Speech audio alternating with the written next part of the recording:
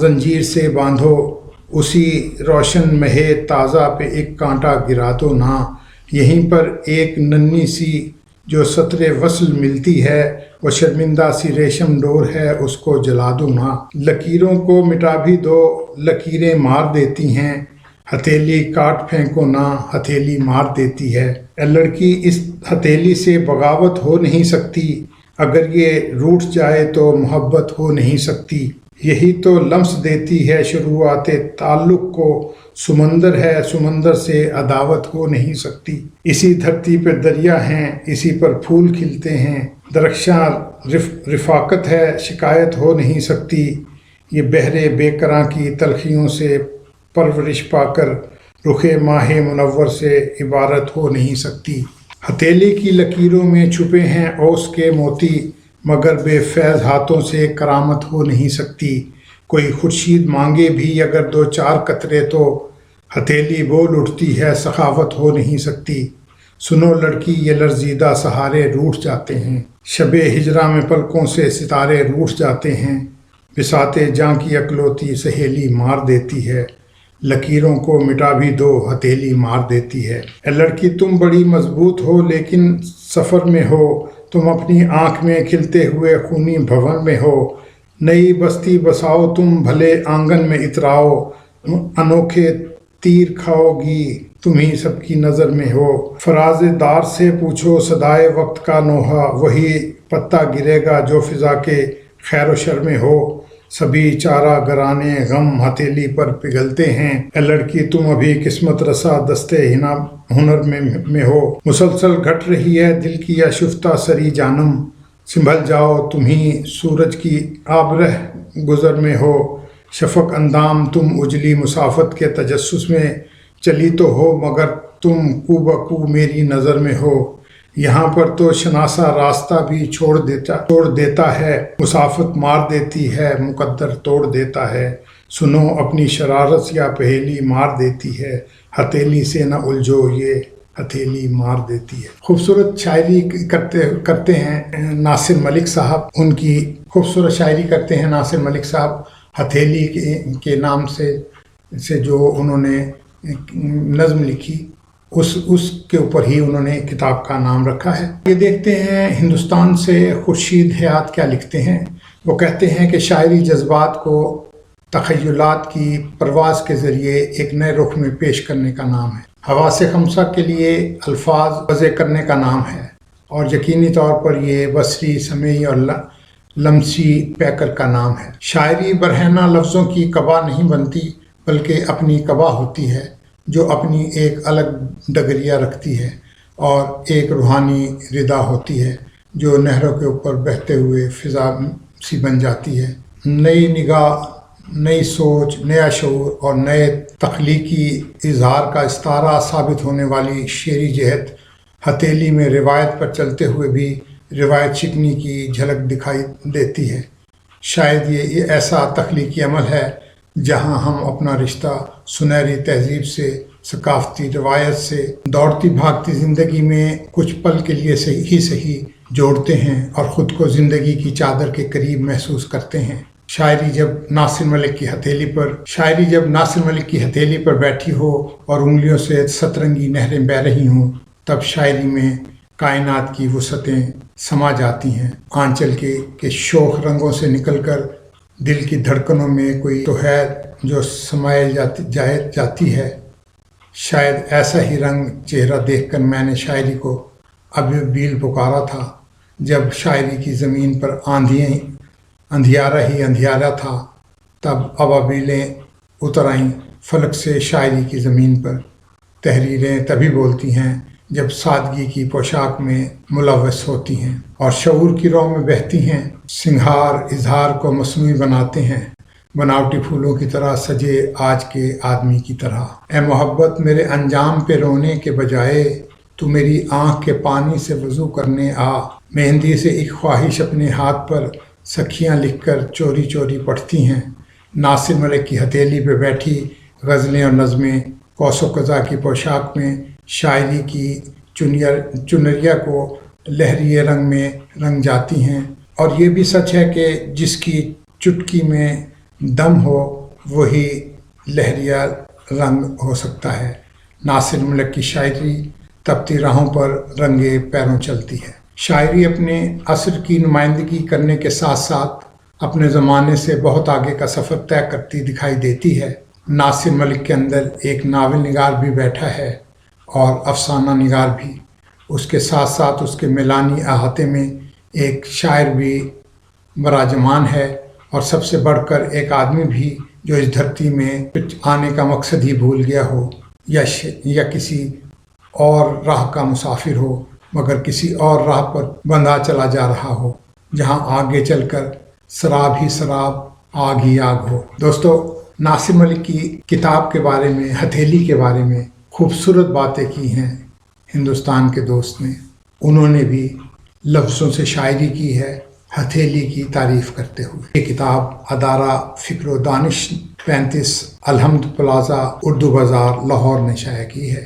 اس کتاب کے حصول کے لیے آپ ناصر Malik Urdu Sukhan, art land, girls college road, Chowk Azam, ضلع لیا سے رابطہ کر کے اس کتاب کو حاصل کر سکتے ہیں۔ اس کتاب کو کیا ناصر ملک کی ساری کتابوں کو حاصل کر سکتے ہیں، یا آپ کو اگر کوئی دشواری ہو تو آپ urdusukhan.com پر چلے جائیے، وہاں ناصر ملک کی ساری کتابوں کی تفصیل موجود ہے۔ اچھی کتاب ہے، خوبصورت کتاب ہے۔